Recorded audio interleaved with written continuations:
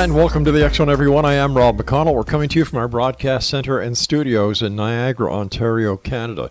If you would like to send me an email, the same email address that I've had for 30 years now, xzone at xzoneradiotv.com, on all social media sites, X Zone Radio TV. To find out what's available for you 24/7, 365 on the X Zone broadcast network, that's the radio part, www.xzbn.net.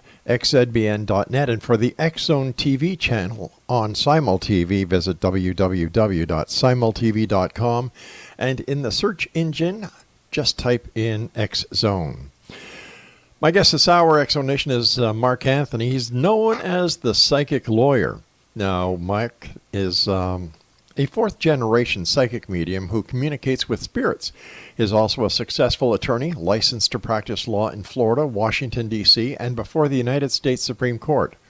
Mark graduated from Mercer Law School with honors, which included the study of law at Oxford University in England. He has also studied mediumship in England at the Arthur Findlay College for Advancement of Psychic Science.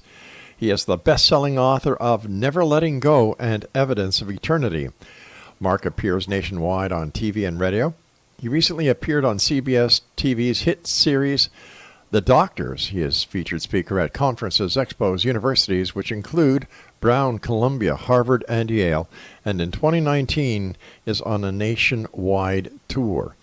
Shouldn't that be 2020, Mark? Yes, it should. I knew you were going to say that, and I'm not the psychic. Welcome back, buddy.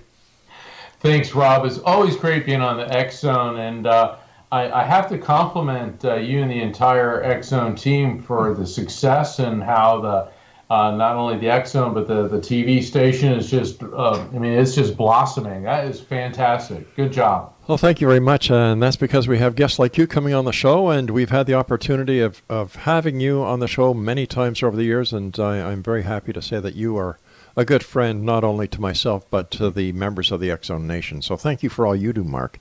Thank you. Tell us what it was like growing up psychic. A couple of our people have asked me to ask you that, so there you go. Let's start off right at the gate.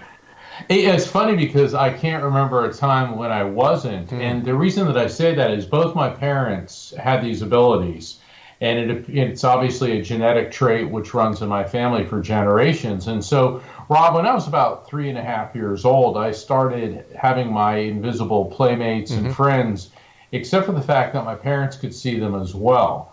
And so I'll never forget, my mom was like, "Oh my gosh, he's got it." And my dad was like, "Oh my God, he's got it."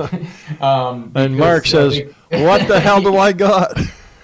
Well, Dad was concerned because his family came from Pennsylvania, and they were very conservative Christian. They were Baptist.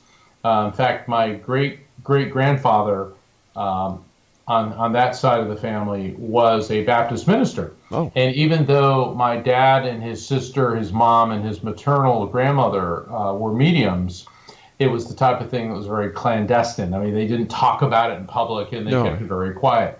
Whereas my mom's family, they had emigrated over from Italy. I mean, my mom was born here, and her mother was, but her father was from Italy, and they looked at it very differently. They looked at it as a gift from God, what they call the gift of second sight, and so it was something that was respected and honored.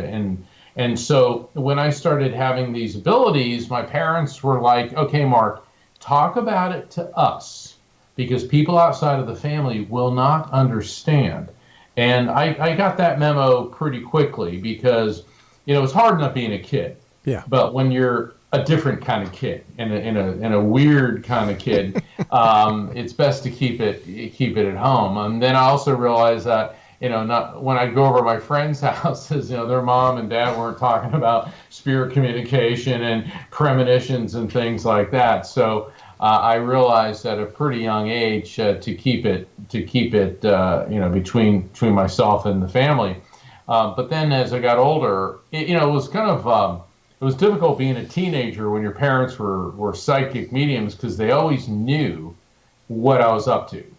And you know how teenagers are always up to something. It Yep. doesn't mean it's like illegal, but it's part of being a teenager. And where were you? And I'd say, I was over at David's house, and they're like, oh no, you weren't. And so that could be rather challenging at times. But it was quite an honor for me to have the parents that I did, and to grow up in an environment where I wasn't made to feel like an alien or an outcast because of these abilities. Now, Mark, growing up within a spiritual family, growing up as a psychic, growing up with two parents who were psychics, what was the major factor that instead of becoming a professional psychic, becoming a lawyer? Actually, I wanted to go into the clergy, and when I was a child, my mother's family was Catholic, and so it's kind of funny when my dad asked my grandfather, my mother's father, for permission for her hand in marriage, because that's how it was done then. Yeah. You just didn't go marry a nice Italian girl. You had to have the permission. My grandfather was very imposing, and he used to sit in this big chair in the living room. And my dad said, sir, I very much love your daughter. And my grandfather really, really liked my dad. I mean, he treated him like a member of the family already. But Right. my mom said she was listening through the door, and he goes, so what the religion are you? My dad goes, well, I'm a Baptist. He goes, Baptist. Baptist. Oh, He goes, my you want God. to marry my genie? You must have become a Catholic. And so my dad, he was like, what? Are you kidding me? But the thing is, my dad loved my mom so much. He went through the whole, catechism, the whole bit. He got First Holy Communion. He did the confirmation. He loved my mom that much. And Oh, mom wow. said it was hilarious because he was always arguing with the priest. So you would have me believe this, but the funny thing is, though, my parents wanted me going to Catholic school because of smaller classes, better education. I was always very studious. I was a good student, and I was always in the top 2 to 5% in all my classes from grade school all the way into law school. Right. And I'm glad that they did because of the foundation that I got, and I felt drawn toward the spiritual. But as I started getting older, I saw that there was too many, excuse me, I don't want to insult anybody's religion, too many, in my opinion, ridiculous rules and regulations, Too much dogma. inconsistencies, too much dogma. Yeah. And I've spent my life studying theology, archaeology, history, philosophy, quantum physics. You can see from my office, I've got symbols from pretty much all the religions, and I've studied Christianity, Judaism, Hinduism, Buddhism, Islam, Native American religions, Taoism, Shintoism, pretty much all the isms that I could get my hands on, and I find that there are universal truths which flow through all of them, and I think that when we get to the basis of what all the great spiritual leaders were teaching. It's all about peace and love and understanding, and that the universality of the light, which now we're seeing in quantum physics. Yeah. But like you said, Rob, the dogma gets in the way, and then it turns into, well, we're right and you're wrong. Yeah. And because we're right, you're going to, hell or, wherever. And so what happens is religion is supposed to be a peaceful, unifying force, and instead it's turned into another justification for humans to be divisive and wage war upon each other, which is not what any of the spiritual teachers were trying to convey to us. Okay, I've got that. When you were talking about your dad asking your grandfather for your mother's hand in marriage, I kind of saw Marlon Brando sitting in the chair, and So you want to marry my daughter? exactly. I may call upon you to do a favor. Yeah, and it's funny. Well, people are like, so what was your family like? I go, The Sopranos without the murder and the F word. Oh, hey, stand by, friend. We've got to take our break here. X Zone Nation, my guest is not It's not The Sopranos. It is certainly not Marlon Brando. You do a pretty good Marlon Brando, bud. It's Mark Anthony. He is the psychic lawyer. And we're going to be back with Mark on the other side of this break. And for more information about Mark and find out what he's up to these days and where he's going to be and how you can contact him, www.evidenceofeternity.com is the website. This is the X Zone. I am Rob McConnell. We're coming to you from our broadcast center and studios in Niagara, Ontario, Canada. If you'd like to send an email, xzone at xzoneradiotv.com. And don't forget, gang, I don't cover anything. I don't use chocolate to cover crap. You know why? Because I'm not Willy Wonka. We'll be back on the other side of this break. Don't go away.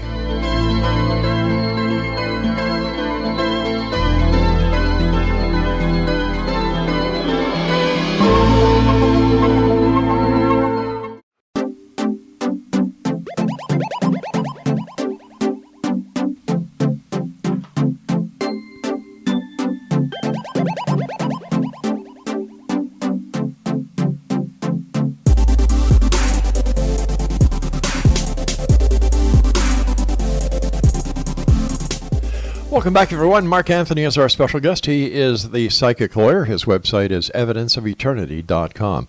All right, so you were growing up in a family with psychics, and you yourself a psychic. You wanted to be a member of the clergy, but because of the dogma, you kind of said, maybe not. But you became a lawyer. What was the transition from clergy to lawyer? So, lawyer, the joke I like to make is there was too many rules and regulations in clergy, so I ended up going to law school. Actually, I always liked public speaking. Okay. I liked the intellectual approach to problem solving. I liked to assist people in dire situations, and I felt that law was going to be the proper venue for me, and in many ways it is, and it was. And so I decided to do that. And what's funny, Rob, is people say, well, how can you be a medium and a lawyer? Aren't the two diametrically opposed? And I know that we've discussed this before on your show, but both professions revolve upon evidence. Yes. As a lawyer, you have to have evidence to substantiate your case, and as a psychic medium, I like to be termed as an evidential, science-based medium, because when I do readings for people, I have to bring forth verifiable facts and evidence to guarantee the authenticity of the contact. And then both jobs are about helping people. And even though lawyers have a bad reputation for causing problems and generating things, but think about it. But it's not the lawyer that causes the problem, it's the client. Exactly. Thank you for saying that. Yeah. People go, you lawyers did this. Did we lawyers make you engage in armed robbery, drunk driving, beat your wife, steal money, get into a bad contract? Hey, Mark, as an ex-cop, you're singing to the choir here, buddy. Exactly. People go, oh, the police are so bad. And it's like, when I was a prosecutor, what I used to do, Rob, is I used to go riding with the police at night. I wanted to see what they encountered. Oh, my Lord. People say cops have bad attitudes. Well, my God, everywhere you go, you're in a situation, and you can't afford to have an off day. Yeah. You can't afford to, I got a headache, because you never know when you're going to get into a gunfight or a situation.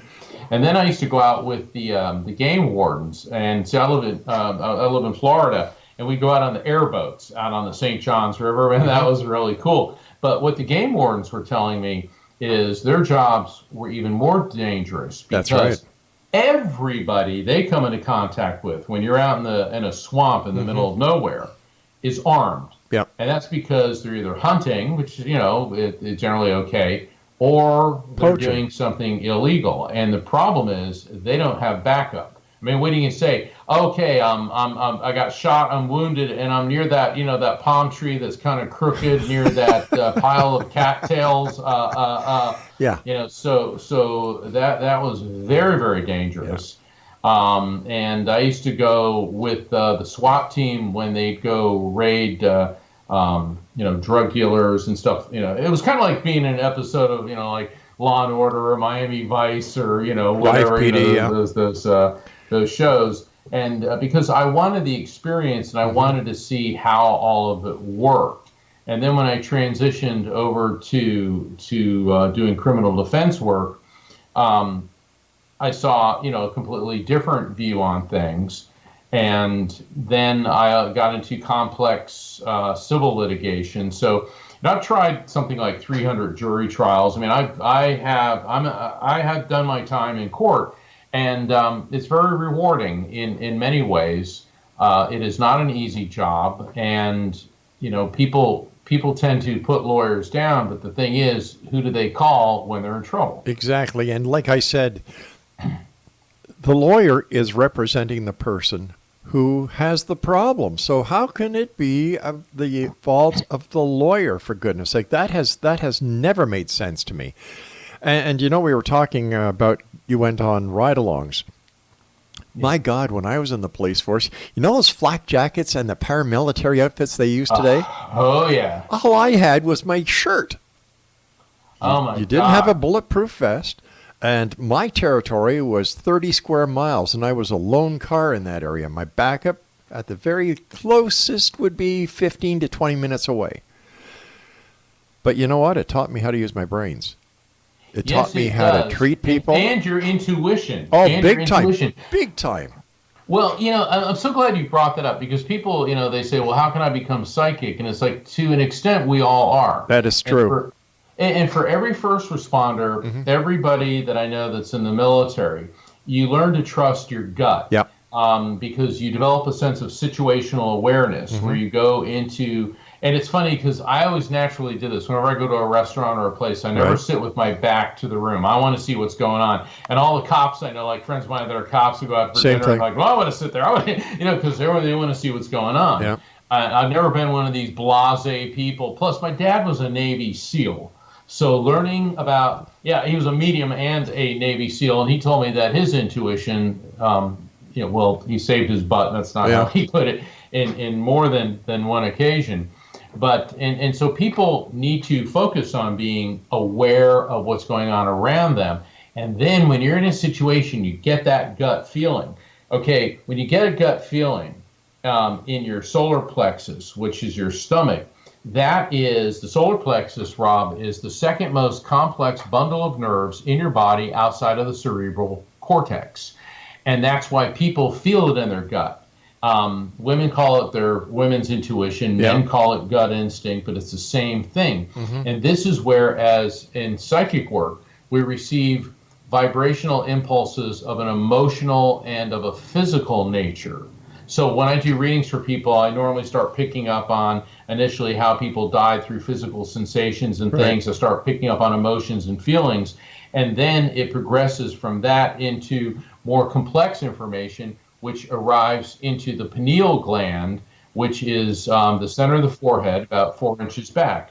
And so that is where you start to get the auditory, the visual, and what I call the direct feed, the facts and data. Isn't that also called the third eye? Yes, it is. Yeah. Yes, it is. And in yoga, this area is the third eye chakra, as you pointed out. And about four, maybe 5 inches behind that, there's a gland which is the size of about a lima bean, and that's the pineal gland. And studies in Europe and in Israel have indicated that the pineal gland has calcite and magnetite crystals in it. All right, now we know that the first radio was a chunk of quartz crystal with copper wire, running low levels of electricity into it. And we also know that the pineal gland processes, it controls how we perceive light. And so that gets into a whole different discussion about, when people see the light, have an encounter with spirits, have an encounter with the divine power we call God, which is perceived as light. So there's a lot going on in our physiology which enables everyone to have a psychic or a mediumistic experience, even if they're not necessarily a psychic or a medium. I'll tell you one thing, Mark, my gut feeling, my intuition never let me down. Not once. It never does. And sometimes when I talk to groups, I say, show of hands, everyone who has overruled your women's intuition or male, gut instinct. A, have you been happy that you did, or B, regretted it? And about 99.9% of the hands go up regretting it. Yeah. So, why did you leave being a lawyer? What happened was my abilities started to intensify. Ooh. And my mother passed. I'm sorry. And yeah, and it's really the day before she passed. I was at my office, and she only lived. My parents only lived about maybe 5 miles from my law office. And I was sitting there, and all of a sudden I had this. I need to call mom, and I pick up the phone and I go, "Hey, mom." And I was hungry, and I felt like having spaghetti. Okay, this is all going through my mind. And mom goes, "Oh, honey, I made spaghetti. Why don't you come over for lunch?" And it's like, okay. And that happened with my mom and I all the time. When your parents are mediums and you're a medium. And so I went over there and I had this really great lunch with my parents. And we laughed and we talked.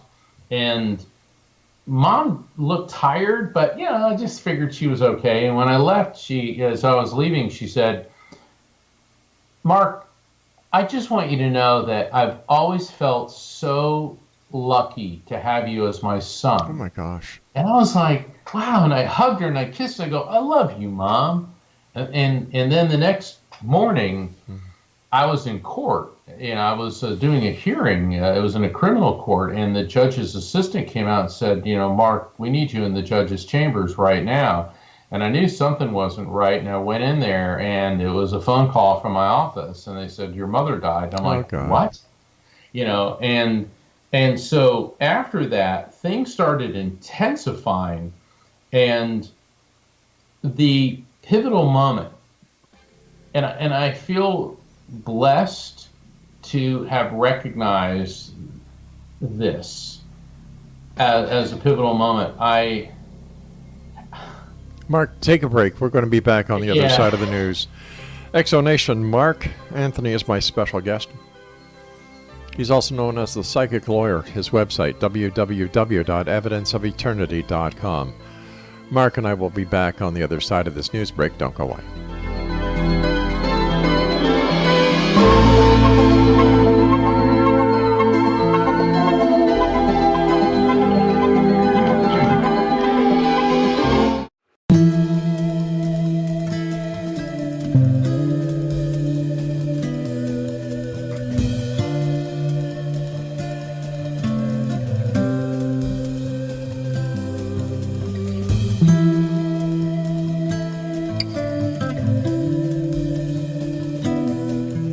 Exonation, Mark Anthony is my special guest, the Psychic Lawyer. His website is evidenceofeternity.com. Mark, always great having you on the show, and congratulations on all the great work that you do as a psychic. Later on this hour, we're going to be talking to you about the 2020 Visionary Tour that you're going to be doing. But before we went to the break, you had you told us about you were in court and you were asked to go into the judge's chambers and you received the news from your office that your mom had passed away. I did.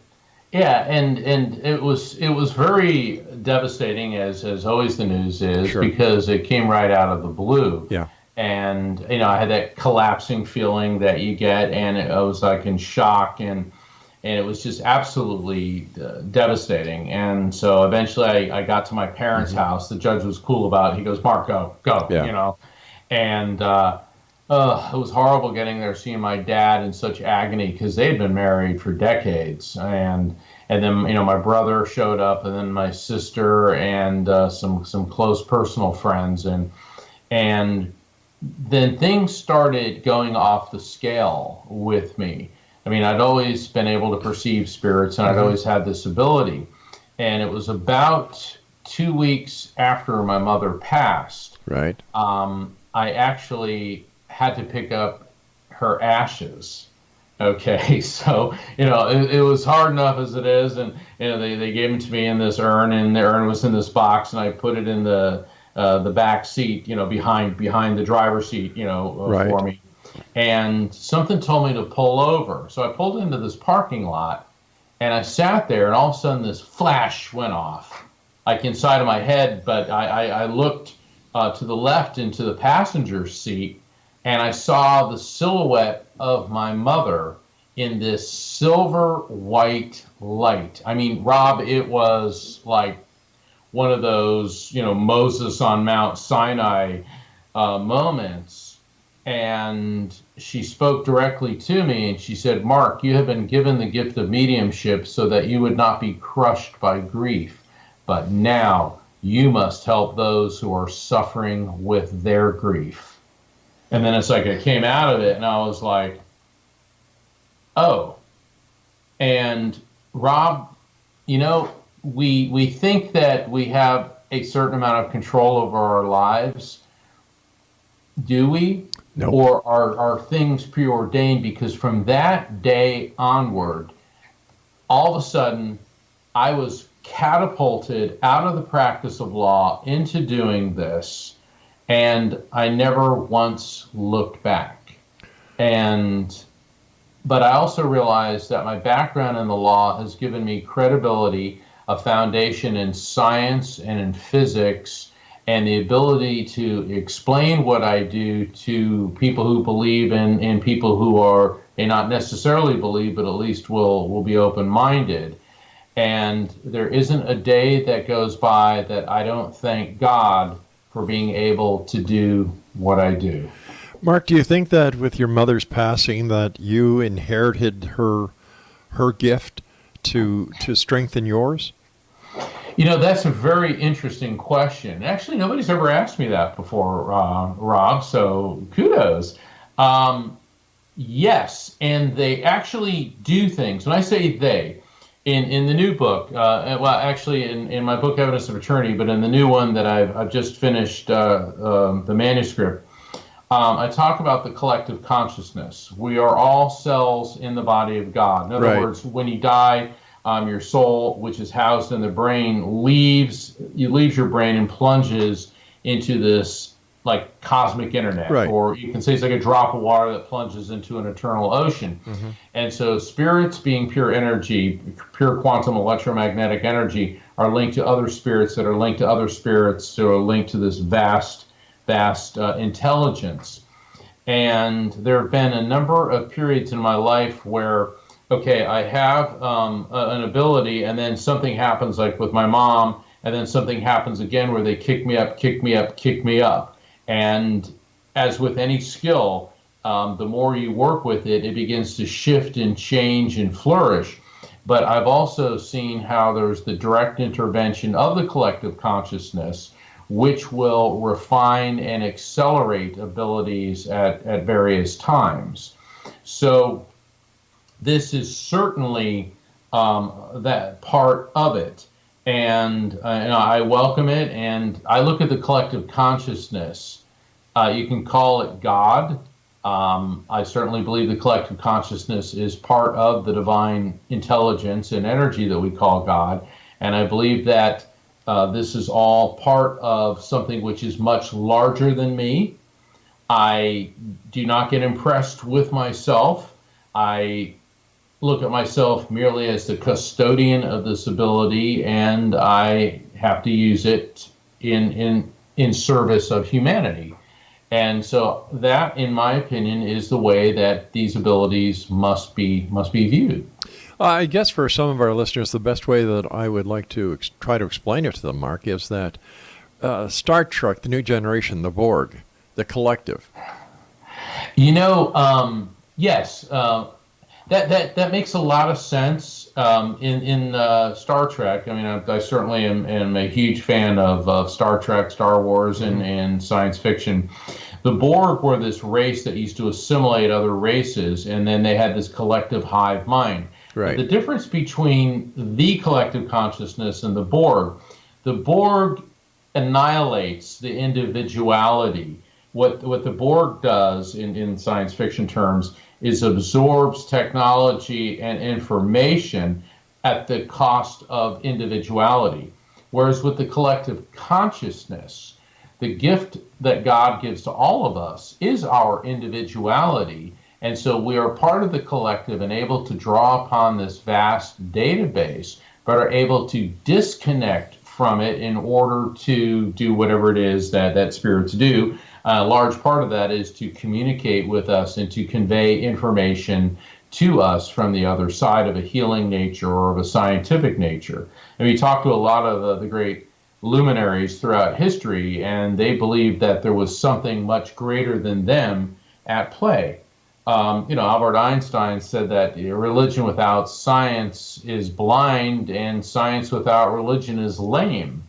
So when you get somebody on the level of an Albert Einstein saying these things, also Dr. Michio Kaku, one of the originators of string theory, he said in a recent interview in the past couple of years that eternal life doesn't violate the laws of physics. So what we're seeing now is a bridge between what people of faith have been saying for centuries and developments in quantum physics. So the polarization between the scientific camp and the spiritual camp, which since the time of Sir Isaac Newton has been pretty entrenched, is now beginning to blur. And I think this is a very positive thing.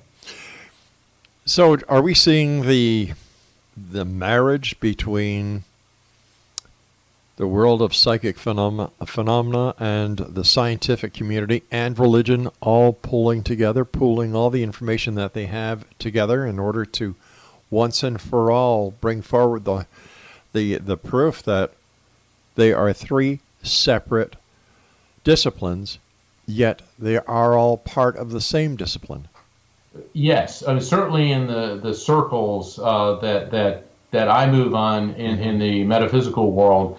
There are scientists. I've been a keynote speaker at the International Association Near-Death Studies on several occasions, Afterlife Research Institute, the Vail Symposium, and several other places, because there's a whole new breed of quantum physicists who are now beginning to say that, well, maybe some of these ideas about eternal life are not only possible, but very logical as well. Where we have the problems are the people that are entrenched in dogma and want to yank quotes out of Leviticus and Deuteronomy and other books throughout the Bible. Mediums are not of God and you're evil and this and that. And they seem to gloss over the passages actually in Deuteronomy, in Romans 12, verses 6 through 8, in 1 Corinthians 12, 4 through 12, which talk about gifts from God that incorporate discernment of spirits and prophecy. So,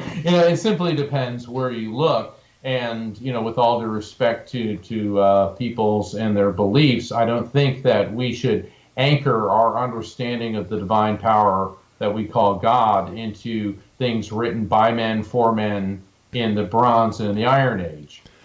But don't forget, Mark, these are the same people who blame the lawyers instead of taking responsibility themselves for the actions that require them to, use the services of a lawyer.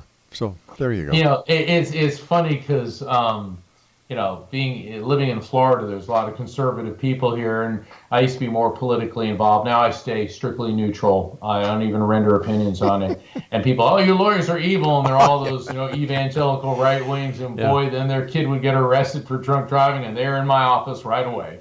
Yes. All right, my friend, stand by. You and I have to take our final break for this hour. Exonation, our guest is Mark Anthony, the psychic lawyer.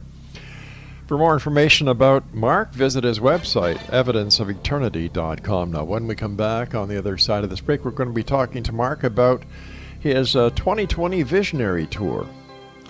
I'm Rob McConnell. This is The X Zone, a place where people dare to believe and dare to be heard. Monday through Friday from 10 p.m. Eastern until 2 a.m. Eastern, right here on the X Zone Broadcast Network, Talkstar Radio Network, Mutual Broadcast Network, and on Simul TV. Don't go away.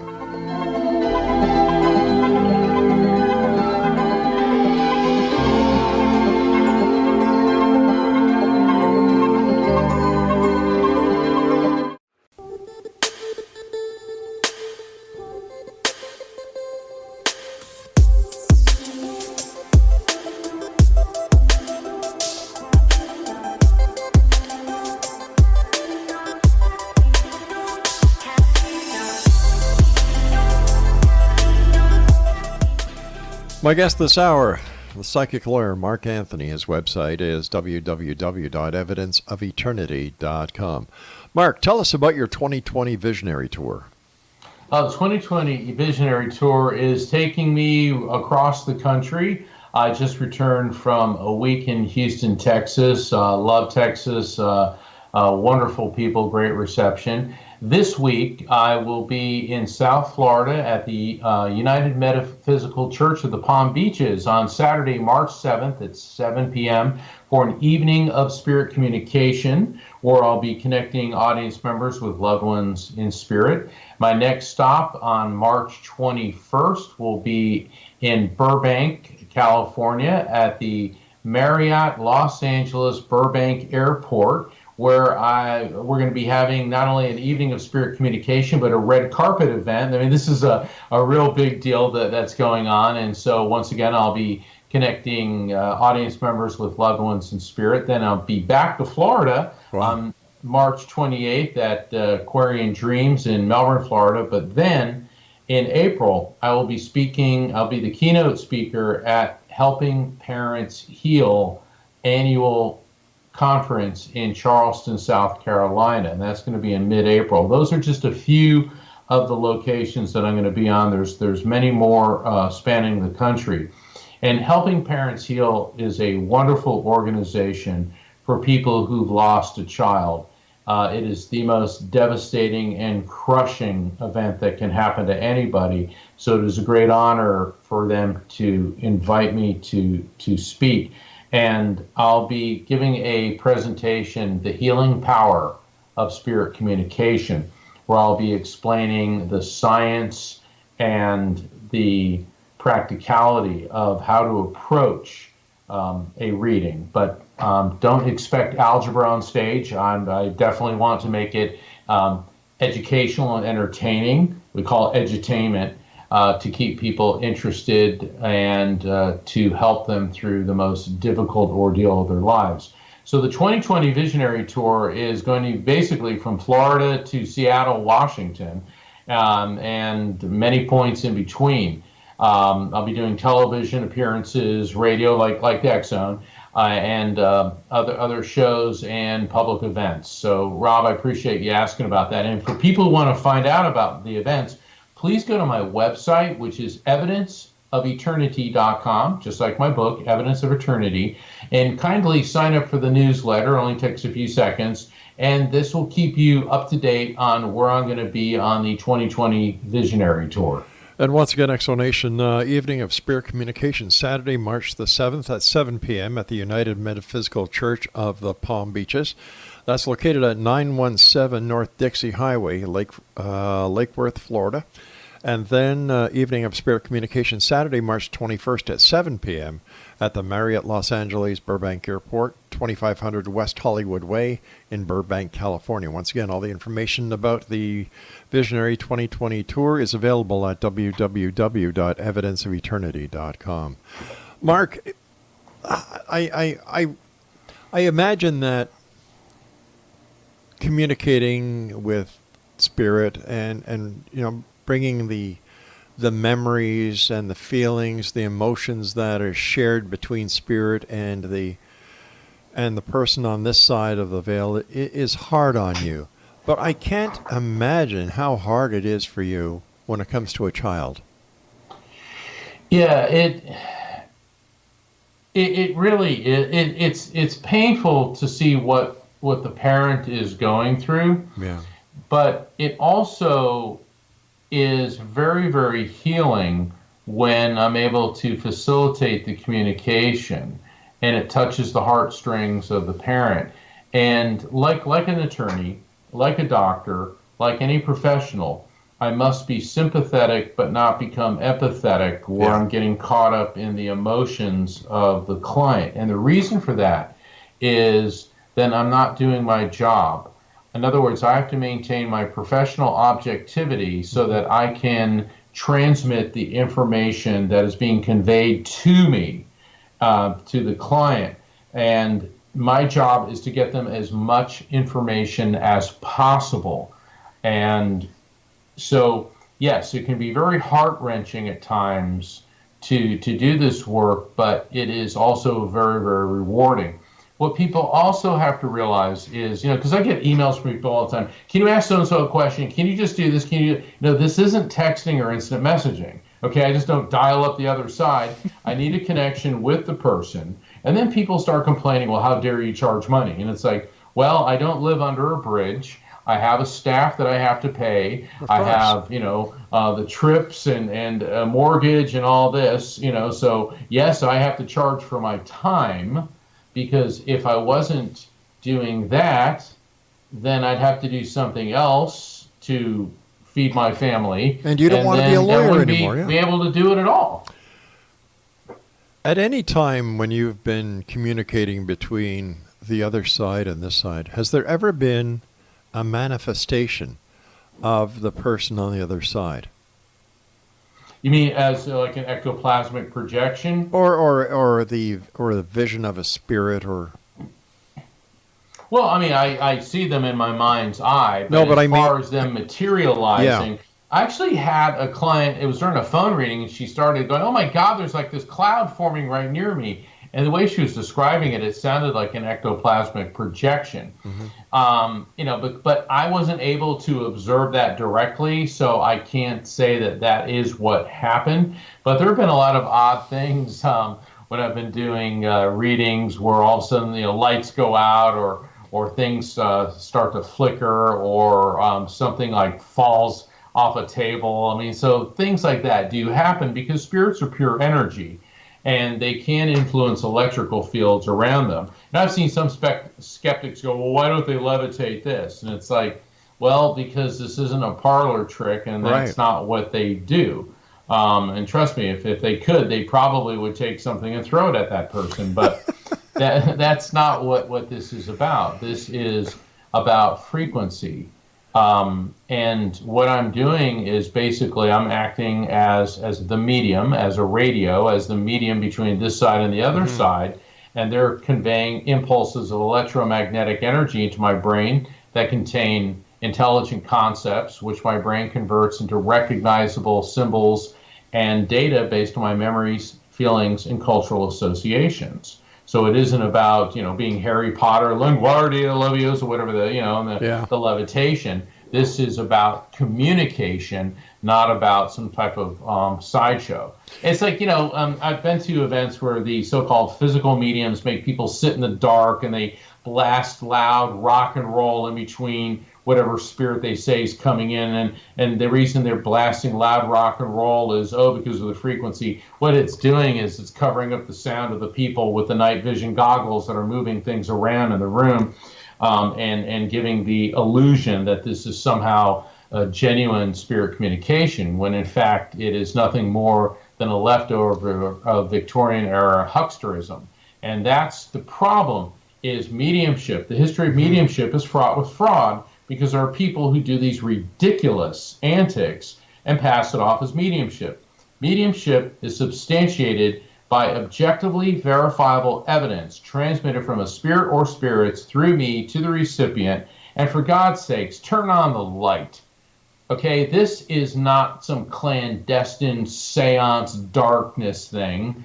Jesus worked in the light, Buddha worked in the light, Krishna worked in the light, Gandhi worked in the light, St. Francis of Assisi worked in the light, Mother Teresa worked in the light. I mean, turn on the lights. If somebody wants you to sit in total darkness and hear slurping sounds, that's the ectoplasm, then you are wasting your time and money. Well said. What would happen if, let's say, somebody came to you and they wanted you to communicate with a party on the other side, but this party had been reincarnated? Oh, that's a great question. Yeah. I addressed this in Evidence of Eternity, and it would take probably longer than we have to explain, but our spirit, the electromagnetic field in our brain, which you call consciousness or soul, is multidimensional in that not only is it residing in our brain, but it's also as energy connected to the collective consciousness. And so you can call it your higher self if you'd like. So let's say you want to talk to somebody who's reincarnated, and we can communicate with them because the higher self, the collective consciousness, retains the memories and the personality of prior incarnations. So I'm giving you the Cliff Notes version of that. Well, I'm glad you did, because we're nearly out of time. Hey, Mark, I want to thank you ever so much for coming on the show tonight. Always a great pleasure speaking with you, and I wish you well in your travels, my friend. And we'll put all the information up on our site about your 2020 Vision Tour as well. Until the next time we meet, take care of yourself, and thanks for everything you do. Thank you. God bless you, and all the listeners, hang loose. All right. Exonation, my guest this hour, the psychic lawyer himself, Mark Anthony. And we're going to be talking and putting up all the information about Mark's 2020 Visionary Tour on the website. Once again, www.evidenceofeternity.com.